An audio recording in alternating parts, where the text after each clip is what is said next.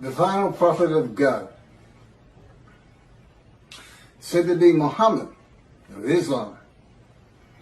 This is from Wikipedia. The information I'm about to give you on the founder of Islam, Mohammad Mustafa.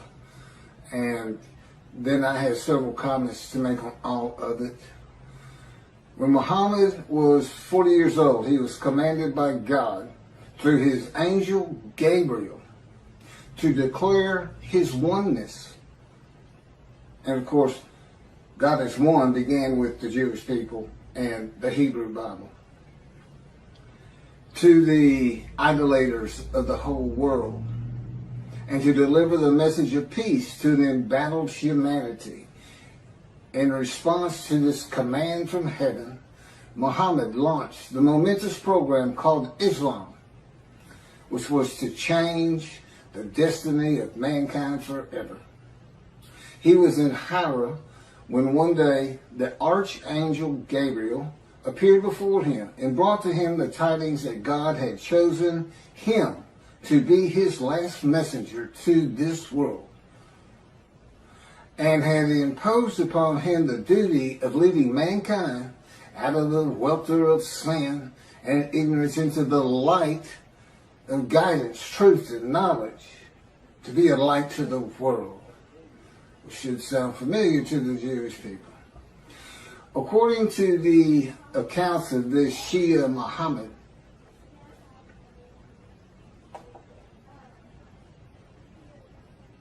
well, I'm working on this. Again, I'm just getting started on all this. And I have a computer in front of me because my cell phone is not responding correctly this morning, and the Lord wants me to get this done. And, Gabriel's not an angel. Clearly, they plagiarized the Hebrew Bible and put into their own cultural laws and norms and what they consider morality. And of course, Christianity is based around a story. Just that, a story. They call it the greatest story ever told. I agree. It's a great story. Billions of people have been deceived into believing it. Now, I can understand the people of antiquity believing it, but the people today believing it,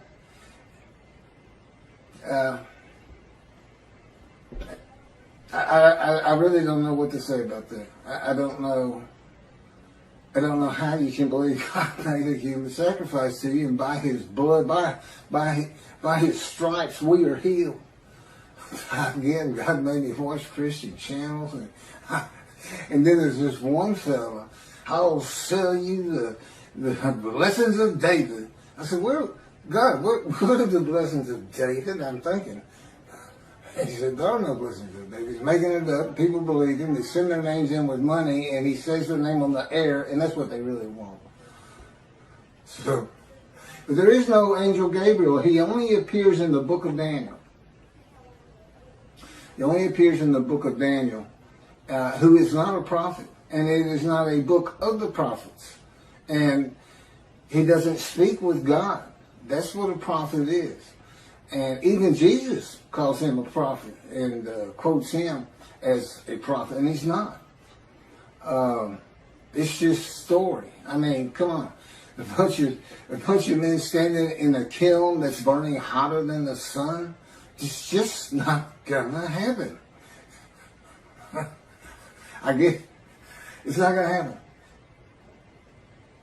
But you read the same things, the leaders of Judaism read the same kind of absolute, that can't happen. But because they like it, and they say our sages believe that, we believe it. Well, your sages lived in another time.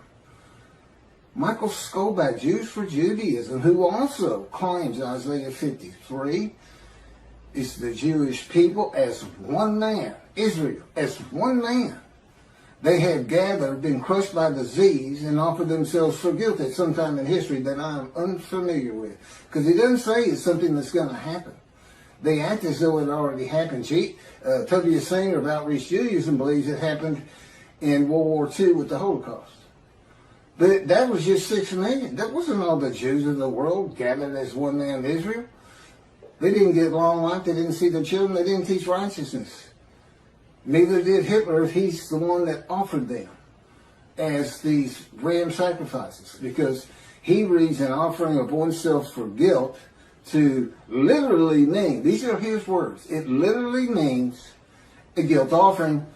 Let's go to Leviticus. Now, he doesn't say let's go to Leviticus. He says it's a guilt offering, but a guilt offering is an unblemished ram for theft or destruction of holy things, debts. What that has to do with anything, I don't know. Because he's an anti-missionary. He's pointing this interpretation of 53 away from Isaiah 53.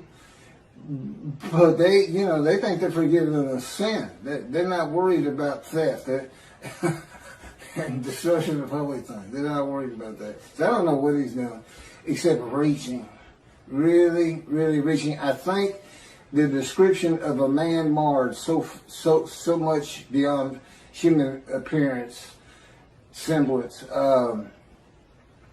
and all these plague afflicted, that the Holocaust just grabbed him, and he just made it fit. Well, that's what the Christians did. They make Jesus fit. They can argue with me on every single verse, and if you've watched my 6 videos on 53, 76 videos, some of them were just a half an hour, but there's a lot to it, and I'm the only person who's ever explained it this way. Is anybody who watches it that's familiar with 53 and the commentators on it today. You realize nobody's read it like this, and nobody's ever connected the story of Ezekiel to it. And this atheist, pretty smart guy, but it's just like in Malachi 3. Every time God had me read it, I said, "Why is that angel leaving early?" And he wouldn't tell me. I didn't know until I typed it. I didn't get it. I didn't put these things together. I certainly didn't put Jeremiah into it. In this new code, I read the new code and it just went on. It didn't even mean anything to me because I had no background in anything except for the 10 Commandments and Charlton Heston. It's a great show. But there's been some better 10 Commandments since. I've seen them all. But anyway, Gabriel appears in, I think it's 2 chapters, and he's described as a man. A man. Gabriel, a man. And it's in a vision. It's not something where God says in heaven, I have angels, and it's the angel Gabriel, and Archangel so-and-so, the fallen angel, Lucifer. You can't find that in the Hebrew Bible. It came from Christianity. So Islam, which didn't begin until the 700s, Common Era, I think that's the date here, with Mohammad, long after Christianity, which would have been, before the Talmud was put together. Judaism, when it really became formal, was with the Talmud, I would suppose, and putting the entirety of the Hebrew, all the scrolls together and canonizing it. And it looks like they plagiarized both books. And like I said, put their own cultural laws, rules, morality, and philosophy into it, but taking the basics. There's Abraham. He's in it. And now, I don't know if Muhammad is supposed to be a descendant of him or not. But here's what happened. So, he says he's the last messenger, the last prophet of God. That's what's on their mouth. It's not the last messenger, it's the last prophet of God. According to the account of Shia Muslims, Muhammad Mustafa, far from being surprised or frightened by the appearance of Gabriel, welcomed him as if he had been expecting him. Gabriel brought the tidings that Allah had chosen him to be the last messenger to mankind, and congratulated him on being selected to become the recipient of the greatest of all honors for a mortal in this world, from Al-Islam, the birth of Islam, and the proclamation by Muhammad of his mission. It's in Wikipedia.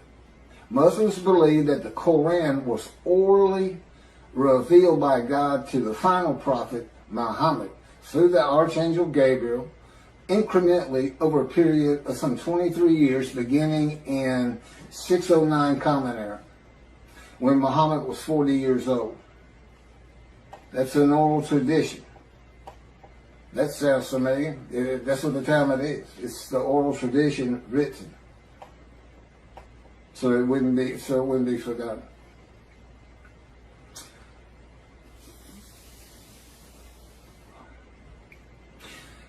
The year, and then he died in 632 Common Era. Muslims regard the Quran as Muhammad's most important miracle. He worked miracles like Jesus did. You know, he could bring tidal waves with fish to feed the multitudes. And Jesus fed 5,000 with 2 loaves and 5 fish, or 2 fish and 5 loaves, something like that. Fed 5,000 people. And a proof, his book, the Quran, a proof that he was a prophet, that God spoke to him through Gabriel, the angel. And this Quran was the culmination of a series of divine messages, starting with those revealed in Adam and Eve, and ending with Muhammad. According to tradition, several of Muhammad's companions served as scribes and recorded the revelations. Shortly after his death, the Quran was compiled by the companions who had written down or memorized parts of it.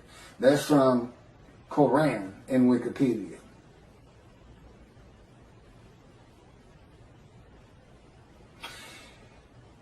God chose his last messenger, and Allah means God, by the way. It's just not the God of the Hebrew Bible and the God of the Jews. God chose the last prophet, the last messenger, long before the time of Muhammad, when Malachi wrote Malachi. The messenger is Elijah for a time to come, and the time still had not come. The land did lay desolate,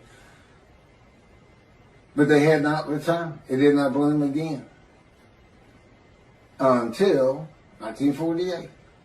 And even then, it was a desolation. It took many years to get it going and renew all the old cities like Jaffa and Haifa and Tel Aviv, and of course rebuild Jerusalem. You know, it's a metropolitan area now. Elijah, which of course is me. Now, how do you think Islam's going to react to me? We already know how the Christians are going to react. Not too favorably. Not too favorably. So this, you know, David is here because I'm David. David is here. I am the Moshiach. I am anointed, which means the man of Isaiah 53 is anointed. And the anointment is the alighting of God's Spirit on me. That's how I know I'm the man of chapter 11, verses 1 and 2. Because there is no question that the Spirit and God are within me. And that's how I know this whole concept of God is in His Spirit. And I can point to Scripture that says just that. And explains things where it doesn't say it. Now they believe Muhammad to be a prophet because of his book. I've got 2 books God dictated to me with all this information. This is chapter 49 of Isaiah 53 in the day of the Lord. See, it's not just about Isaiah 53. Now, the last chapter is the day of the Lord, and I'm going to do that probably on a separate video. I may make this another 2 half-hour recordings. All my camera will take. So, God's righteous servant, me. I am the final prophet, not Muhammad. And as the final prophet, and with the God of the Jews, being the Abraham and Judaism being the Abrahamic religion that is correct. There's 3. I mean, if you really sit back and think about it, who's gonna win that? Who's going to win? There's three. Are the Christians going to win it with their human sacrifice? Are the Muslims going to when clearly it's just a plagiarization? They're going to be a light to the world. Peace and humanity.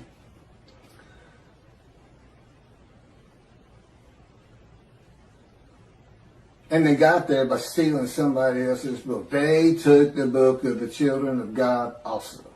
The Christians attached it. At least they didn't attach it to the Koran. You know, I mean, that's a plus in their favor, I suppose. I'm going to go ahead and start into chapter 50. I didn't know all that. I didn't know that they were using an angel that doesn't exist. And he doesn't. I've been to having envisioned and told and in no uncertain terms that there's no such angels. There's no Michael. There's no Lucifer. There's no fallen angel. It's just part of a story because that's what the people in antiquity and today too, to an extent, they just like to believe in that. The Christians got so much jumbled up in their minds. So much of the religion conflicts and doesn't make sense. And they've got entire armies of demonic forces that are at war with God, and this and that. I promise you. I know his power like the back of my hand. And there's no contending with him. Whatever he thinks is. He just wills it. Gone. You know. He can take this world and turn it into a pea. The size of a pea just by thinking it.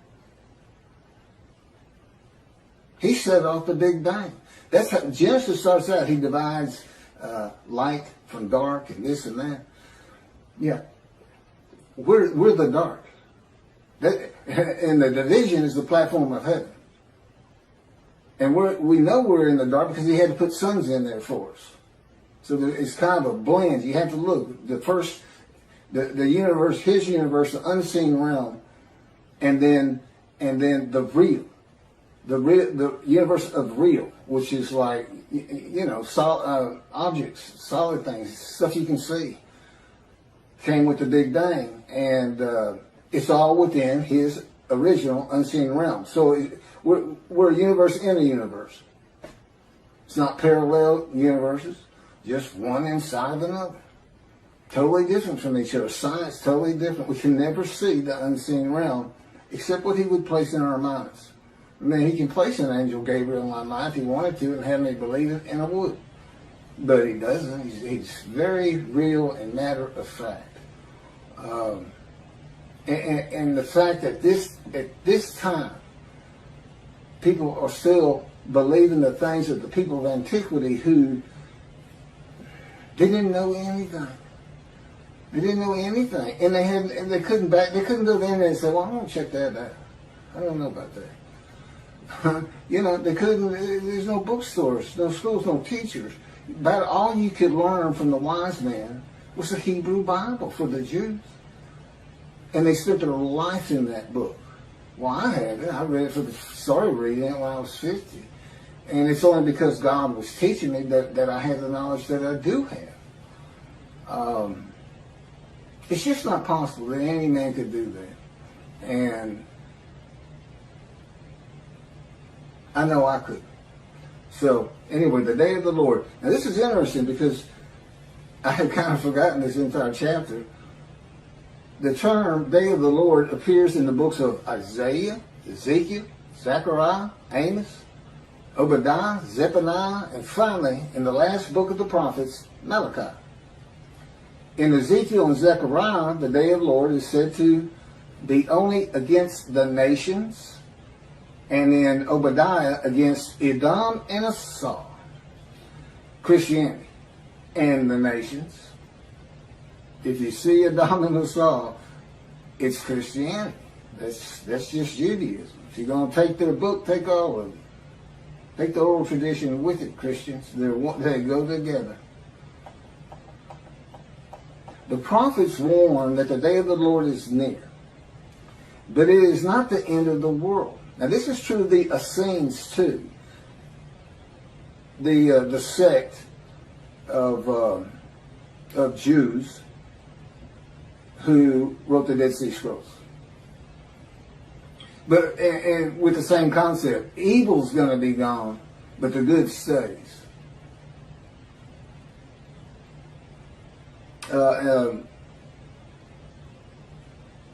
The destiny of the world will be changed. God returns to the earth to dwell among his people in his sanctuary, which he's doing, on his holy mount Zion in Jerusalem, and the world will know that he sanctifies Israel. Lo, the day of the Lord is coming with pitiless fury and wrath, to make the earth a desolation, to wipe out the sinners upon it. Isaiah 13:9. You say, well, see, that's not, you haven't been talking about that day of the Lord. It's ahead. God's final word on it. Because that's not going to happen. That, again, that's just fun to read. It scares people. And, whoa, war's coming kind of a thing. For a day is near, a day of the Lord is near. It will be a day of cloud, an hour of invading nations. A sword shall pierce Egypt, and Nubia shall be seized with trembling. When men fall slain in Egypt, and her wealth is seized, and her foundations are overthrown. Nubia, Put, and Lud. These are names for for territories that are pre-biblical for the most. They're pre-Abraham. The Hebrew. And all the mixed populations in Cub and the inhabitants of the allied countries shall fall by the sword with them. Ezekiel. Ezekiel has an account of all the tribes returning to the promised land, and they all go individually back to the lots of their ancestry. Do you know how many? It is impossible to determine that. Rambam says, I can do it. I can tell you another, can you? He says, I do it by a spirit, and has no concept whatsoever that God is in his spirit. That the spirit that alights upon me is one of being able to determine your ancestry all the way back to the partitioning of the promised land, and to the tribe you should belong to, that you have the most blood of. Okay. Sounds great, Ezekiel. I'm sure people will love it, but not going to happen. Not going to happen today. That's for sure. Yeah, David's here. The peace in the world. I'm here. It's just about undeniable. This is like 100 times more proof than Moses had. You know, nobody even knew he was writing the Torah. I'm sure nobody knew. And if they did know, they didn't care. And the fact that God was telling them, they may have believed, they may not have. Many of them would ask him, how do we know you're talking to God? Today he'd say, well, read this. It's called Leviticus. You think I woke up and wrote God's laws without him telling me what to do? Because I thought that's what he was telling me? That's the Christian. I'm getting the word from the word. For some reason, they call Jesus the word before he came into body. So they get a word from the word. The word, I think, means God. I'm not sure. But everyone who invokes the name of the Lord shall escape, for there shall be a remnant on Mount Zion and in Jerusalem, as the Lord promised. Anyone who invokes the Lord will be among the survivors. That's from Job. For I have noted how many of your crimes and how countless your sins, you enemies of the righteous, you takers of bribes, you who subvert in the gate the cause of the needy. Surely, at such a time, the prudent man keeps silent, for it is an evil time. Seek good and not evil, that you may live, and that the Lord, the God of hosts, may truly be with you, as you think, hate evil.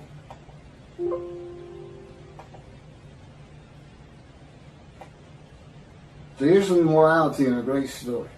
Day of the Lord. And love good. And establish justice in the gate. Again, the Essenes had gates. People like to hang out at them, as you can imagine. and tell stories. What else are they going to do if they had enough food and everything? And have all your friends clapping you on the back. Great story, great story. Look at all those Gentiles gathering around. Tell that Jesus story. Tell the Jesus story. Then look at them. They get all giddy. And they'll throw you some money. Yeah, it could have. Could be like that. And I got a real long, I'm going to skip this one from Zechariah, but finishing up with Zephaniah on this coming of the end of evil. And I will bring distress upon them, that they should walk like blind men, because they had been sinned against the Lord. And their blood should be poured out as dust, and their flesh as the dung. Oh, come on. Okay, you let me read a little bit of this one. This is from Zechariah. Now, see, this is like watching a zombie movie. This is like watching a heart show. And we are, most people love to see those every so often, especially as when you're young. As for those people that warred against Jerusalem, the Lord will smite them with this plague. Their flesh shall rot away while they stand on their feet. Their eyes shall rot in their sights, and their tongues shall rot away in their mouths. In that day a great panic from the Lord shall fall upon them, and everyone shall snatch at the hand of another, and everyone raise his hand against everyone else. Judah shall join the fighting in Jerusalem. The same plague shall strike the horses, the mules, the camels, and the asses. The plague shall affect all the animals in those camps. And on and on. Malachi 3 brings a new concept to the day of the Lord. Why is that? Because it's not going to be in antiquity in Jesus' time. It's not going to be in the Middle Ages. It's going to be in the age of the internet, knowledge, science, medicine, common sense. Oh, that's right, reasoning, and enlightenment. But it's still fun to read. That's the thing, he was writing for antiquity, because this is the kind of stuff they not only, they would believe these stories. And today, we don't believe them. We just think, wow, that's fun to read. So God was writing it for different eras. He wrote for antiquity in the Middle Ages. And then we had the Age of Enlightenment kicking off in about 1600. Computers in 1960 to today. The age of the internet.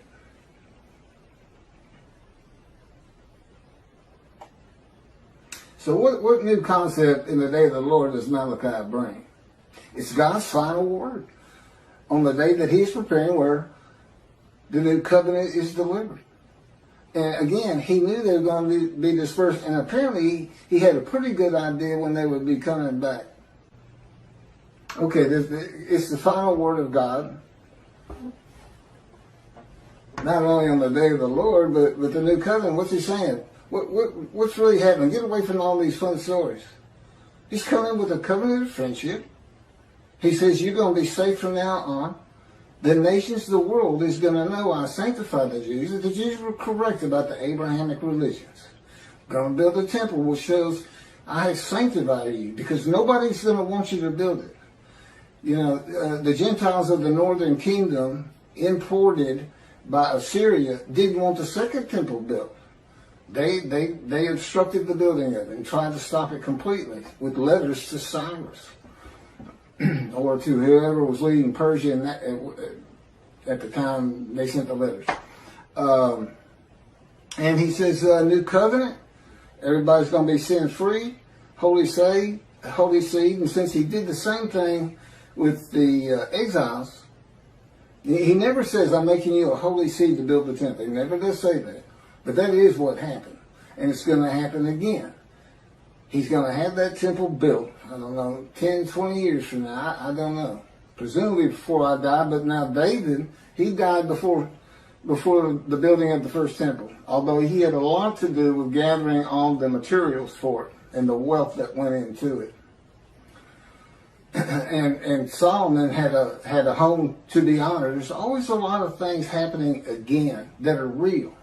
As a matter of fact, it took longer to build Solomon's house than the temple. So he must have had a pretty honorable abode, right? That and God talked to him.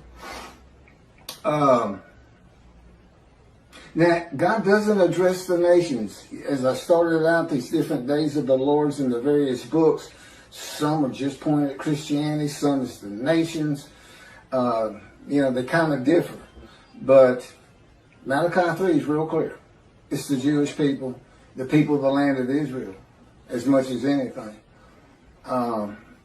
That's the focus. When I come back, the sanctuary to be placed amongst his people in Jerusalem. Although the covenant, the friendship covenant does not say in Jerusalem. I think that's pretty much implied.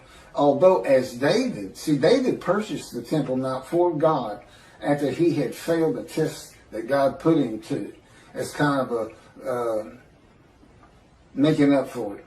I've also the same. And I could go back. There's people who have raised millions of dollars for the building of the third temple out there right now. Just on the belief it will happen. God will come. They just don't know how because of the false teachings. Teaching of antiquity. The teachings for people of antiquity. Well, the people today aren't of antiquity. Compared to those people, they are all brilliant geniuses. Every single person who has a computer is a brilliant genius. Knowledgeable. Over these people. So, here's God. Not only is he saying something different than your traditional day of the Lord, he's saying in future times, in the times where man is more enlightened, knowledgeable, we're just going to build sanctuary and everybody's going to be safe because that's just going to keep people from picking on you as much as they are, and they'll have it in their minds, just don't mess with them. That God could be in there. Your God might be there after all. Keep the Middle East at bay. And of course, when I die, that's not to say God's not going to continue on as he did with Solomon, with Elijah. That was followed up by Elisha. The Davidic dynasty was supposed to continue the line of David, but I don't believe there's anything his covenant does. Well, my son's a great guy, and God says, would you want me to put him through that? What you've been through? And I thought about it. I said, that'd be good for him. I mean, I wouldn't wish that pain on anybody. But it changes to so much for the good. And you can't really feel another person's pain. I know that pain. I still live in it. You can't imagine what happened to me just 2 months ago. Oh, I can't. I'm not allowed to tell you, and I wouldn't tell you. But it was brutal. It went from, I had my top 5 things that he's done to me, and it moved up to, it went by everybody to number 1. It made number 1. I hope that's the culmination of those events. So anyway, lasted about 3 months. So back to this. So it doesn't address the nations, but only Israel and its people, which is all Jews of the world. Everybody in the world is forgiven. Doesn't mean you go to heaven. You've got to be in right standing. And hopefully this is going to be, all the Jews aren't coming back to the promised land, to Israel. But I think my presence, and particularly if you build the temple, and then consider this. The nation, if you think the Christians are friendly to you today, you're not going to be saying that 2 or 3 years from now. Not when you can put in their face, we told you we were right. Because that's what they're always telling you. You don't even know how to read your own Bible. That's Jesus. That's 53's Jesus. And you've got all the arguments that I'm putting before you. By the way, this Isaiah 53 and the day of the Lord, every single one of the 50 chapters is summarized in a paragraph. A few of them 2 paragraphs. as an addendum. If nothing else, you stop it. It's like 6 pages. I don't know how many pages. It might be more than that. Okay, it might be a lot more than that. But anyway, if you're in a bookstore, just flip to the back, read the addendum, and just see all the different things that are addressed that really are Isaiah 53. The first 20 chapters are kind of like, you need to have this knowledge. You need to know about angels and God and his angel. And a lot of I've kind of broached, but moving on. God says, of course, you've heard this, behold, I'm sending my messengers to clear the way before me, to build the temple, and the Lord whom you seek shall come to his temple suddenly. The messenger is Elijah in verse 23. As for the angel of the covenant that you desire, he is already coming. I've talked about that. The angel of his presence brings the new covenant, Jeremiah 31. All Jews are forgiven of their sins and iniquities. And it's going to be when I get my books published. That's when it becomes official from God's mind. And even then, it has to be people who find out about it. Once you find out, whether you believe it or not, but when you start hearing you're sin-free, that's when you need to avoid the evil inclination and really, really stress your Judaism and learning your Torah, which is the effect God expects, Torah on your hearts. And heed God, revere, and esteem his name. Because you don't want to miss what he's preparing. You don't want to miss it. You don't want to miss watching the evolution of the Jewish people from Abraham. He's going to pick, the guy's name will probably be, Poindexter or something. Who knows? He's so funny. But I'm sure, okay, it'll be serious, God says. He says, I let Keith cut up a lot. He's a human being. It's good for him. And I play along some. He'll tell you, it's not nearly enough. Or it's too long. Or it's not long enough.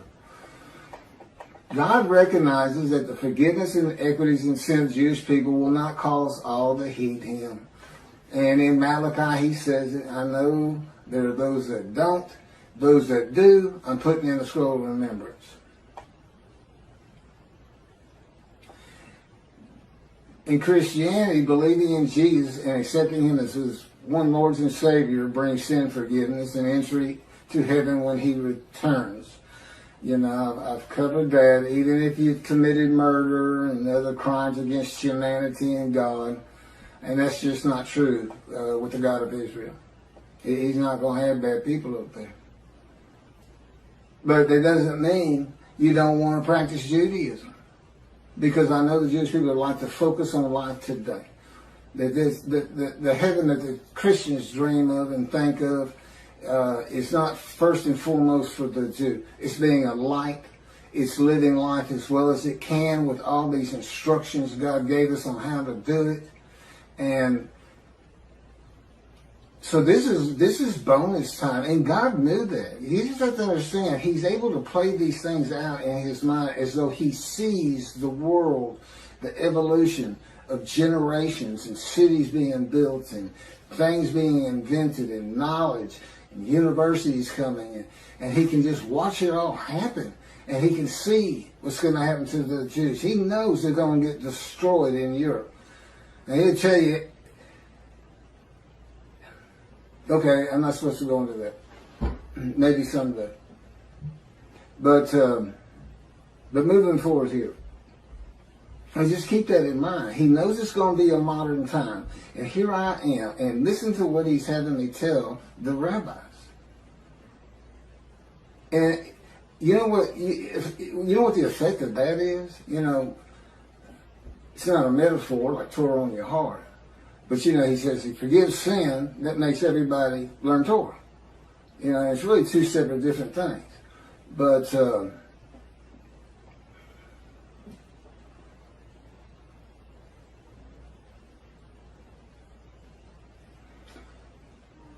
anyway, God knew in modern times that secularism and reliance on science, medicine, and technology that his righteous servant might not be recognized. The utter destruction is simply on its way, just like it was with the Assyrians, Babylonians, and the Romans long ago.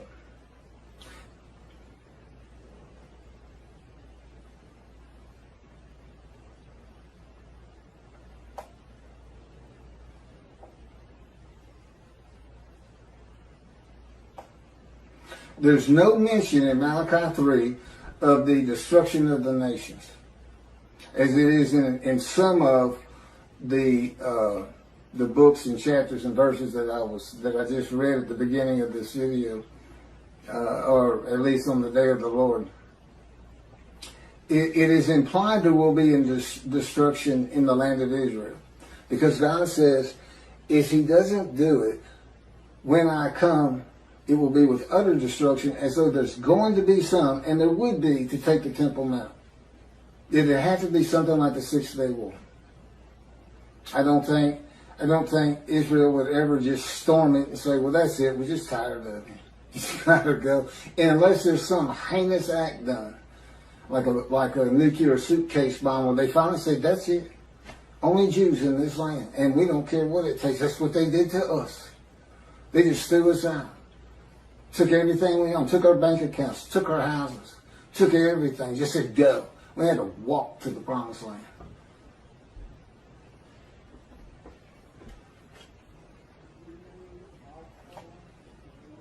But it's the building of the third temple.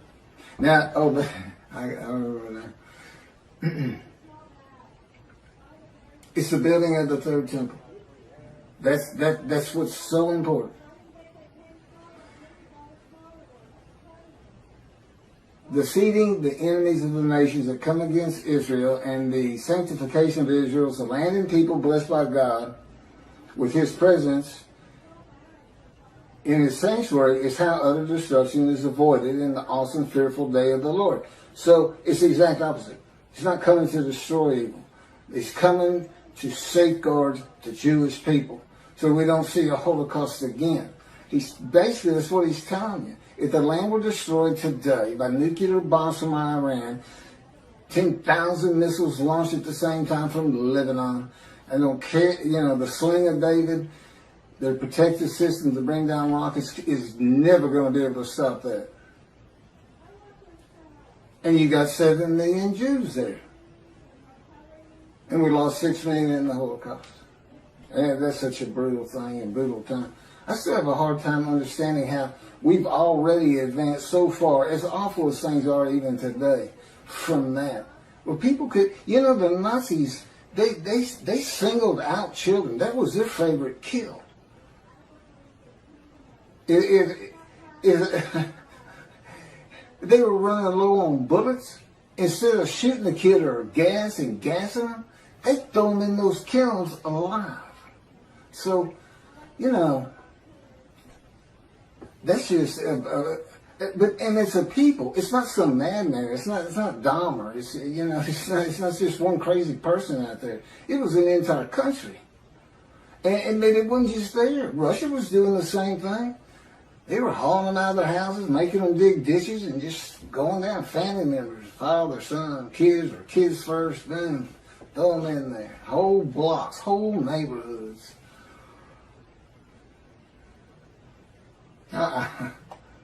No, some of the visions he's given me to make me really feel and understand what would it be like for the Gestapo just to break down your door and you're sitting with your family at dinner and you have no clue who they even are, and all of a sudden everybody's being murdered, and your girl's raped first, and your wife. I mean, and he put me into it's, we can think about it and be horrified. But he can make it so real, it's as though you're there, but it's still different once you come out of the vision. It's a lot different. One, you're not scarred by it. But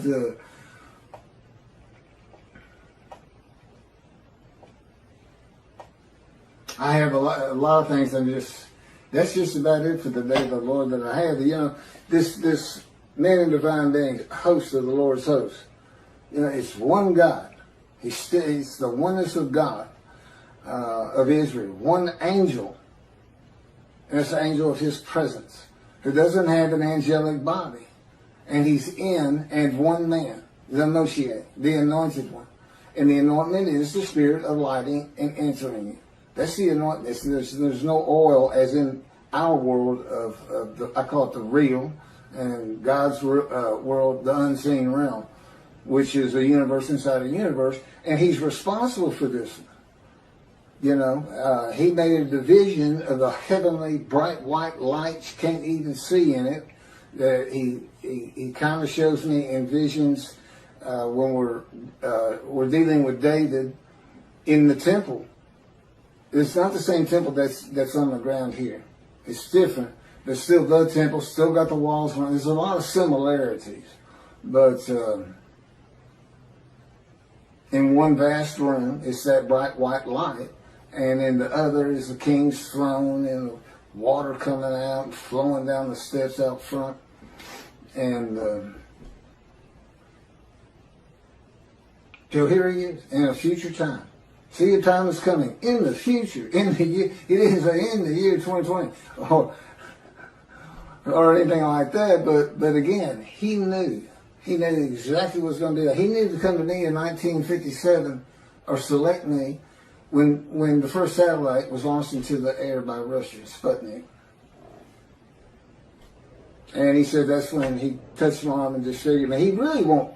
You know, you say, well, how can you not trust him or not believe him or this or that? Because I'm in the fire of refinement. Lying to me is just part of it. And he finds it so humorous to make me think I'm coming out of this thing. And I thought it 11 years ago. I thought we were done with all the pain and shenanigans and adventures with Christianity. So Christianity knows you're here. I said, no, who's here? You're the man Jesus claimed to be. Isn't that funny? Jesus says in the New Testament to his people, to his 12 at least, do not listen to those who come in my name. It's kind of funny because if he comes, he said, I'm Jesus, then I'm supposed to listen to him. But the fact is, he came in my name. He came as a teacher of righteousness. He came as the man of Isaiah 53. He came in my name, and that's given me all kinds of trouble to get this thing going, to do what I have to do for God, to keep utter destruction from Israel, and to save the Jewish people. I've got these Christians who believe in human sacrifice. I got these rabbis who believe a man of 100 years is suddenly going to be thought a child, and every single human being, every Chinese, every Korean, every Eskimo, every one of them suddenly are going to go, the Jews have been right all along. We need to exalt them. Let's take our stuff and give it to them and till their land for them. And look, there's no pain anymore. It's like I died. The Messianic eras of heaven on earth. That's what antiquity believed in, and the resurrection. So I got to deal with that. Aren't they supposed to be protectors of the Jewish people? Follow God's laws, have better lives, morality. Look at, you don't just go hurt people. You don't keep people from doing what they need to get done with lies and false teachings. Oh, I'm sorry, I fell into the rabbis again. I call it a lie when you say the Jewish people gathered as one were stricken and plagued with disease as one, and as one offered themselves for guilt to God, passing the test of devotion, and that they then went out and had long lives, all saw their children, and they made the rest of the world righteous. Well, let's see you do it, Israel. Hey, rabbis, Tobiah Singer, Michael Skoback, all you people who preach Israel as the man, the Jewish people, described in Isaiah 53, I want to see you, since you want me to go build a temple as David, you want me to bring peace between the nations and throughout the earth, you want me to end pain in the individual, you want me to teach billions of Chinese how to speak Hebrew, That's what you want me to do? I want to see you make the world righteous. I'm the righteous servant, and I dedicate it, and I pass it to you. How you like that? I'm not going to let you stop me, and guess what? I got somebody behind me that you don't want to contest or contend with. Because people throughout this land are going to hear this very speech about you and Jews for Judaism and Outreach Judaism, your 900-page book, which I shudder to even think about opening personally because of your midrash on Isaiah 53, which you had posted on your Facebook notes, and I was one of your friends, and you said in it, share this with everybody.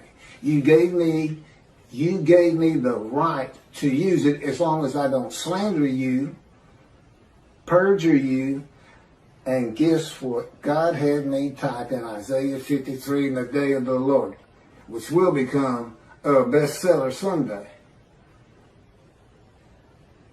A big part of your midrash on the human sacrifice of the blemished rams by Hitler, which shows that Isaiah 53 describes the Jewish people, 6 million of them. Well, that's all I have on the day of the Lord, and doing my job of bringing the wrath and bringing the reckoning. I'm the righteous servant, I'm David, I'm Elijah, I'm the prophet like Moses. And soon to be published, a new song God had me write. And I am an eternal priest of the order of Melchizedek and King David, and a rightful king. That would be leader. It's the same song David used. It's scripture. When David wrote it, God told him, David, write this down, a Psalm of David. My Lord said to his Lord. And there we go again with Christians. They say that if it's the Lord and he's talking to the Lord, that's God of the Trinity talking to Jesus. What's the problem? One of them's capitalized and one's not. What was the other big reason? Well, just read it. It's a song about him. It's written by somebody who works for King David, a servant, something in the kingdom. He's writing of him when you read it, because he would be Lord to this man. He's a lowly servant. Yes, Lord. You know, he's a king. That's what you say. It's not Jesus. It's not meant to be Jesus. It's not a, what do they call it? Epiphany of Jesus? I don't know what it is. And God wrote stories that have meaning that's just not right there until you know the story of Jesus. I got to end with this, since I apparently still got a little camera time. So, nothing is ever written about Jesus. Okay, nothing in Dead Sea Scrolls, nothing by them. No commotion at the gate, Essening gate with Jesus saying that, you know, you can't say you're the righteous servant, because our founder is the righteous servant. And, no altercations noted in the New Testament. And there would have been, God tells me, a pretty contentious group out there. Not a lot of law abiders. But I said, I know, I had to deal with them. I think I was tough on them. Should have tried to deal with them. So, until 70. What happened in 70? The first big Jewish revolt. 500,000 Jews defeated. Battle after battle. People don't think the Jews fight. They fought for every inch of Jerusalem they could get. And then there was another revolt, and then another revolt. And they finally, it's like being in God's fire refinement. They were in the Roman fire refinement. They said, okay, that's it, let's get out of here. Thanks for the land, God, we gotta go. You made everybody mad at us. We're saying we're the chosen. What? So, that's when the first book, so you can see these two rabbis, trudging along through Syria and heading towards Europe. And what are we going to do for money? What are we going to do? I got kids, everything. I can't go to synagogue and make money. That's how I make my living, is teaching the Hebrew Bible. His friend says it's Shlomo, That story about the Jesus. I get money every time I tell that story, especially if I change it up a little bit.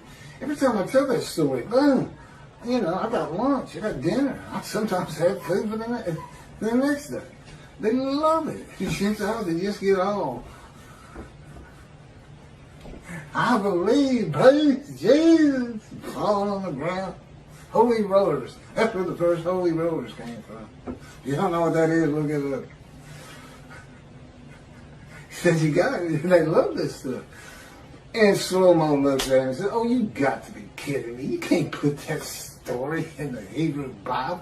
You can't connect Moshiach to that. He comes in, rides ass in Jerusalem, and defeats Rome, and becomes king of the world. What are you talking about? We'll just change it. Maybe it was the writers who were deceitful. It would only be because there was no Jesus. Nothing written about him. Are you kidding me? Man's walking on water, feeding everybody. The blind see, the crippled walk, dead or risen. You think he'd have probably taken the Roman leader's position from him. That's what he would have done, and just made them leave. He'd used his head instead of trying to fight them hand-to-hand combat. I guarantee you, the revolts would have had more success, although ultimately beaten down just by numbers, if God in me had been there with this unit, this human body, or any other human body. Just because he knows everything. He said, it'd be more like the Americans fighting the British, hiding in trees and bushes and stuff. So anyway, thank you. Tell anybody who's interested in Isaiah 53 that there's a new take on it. There's new explanations. And tell them it's the leper scholar.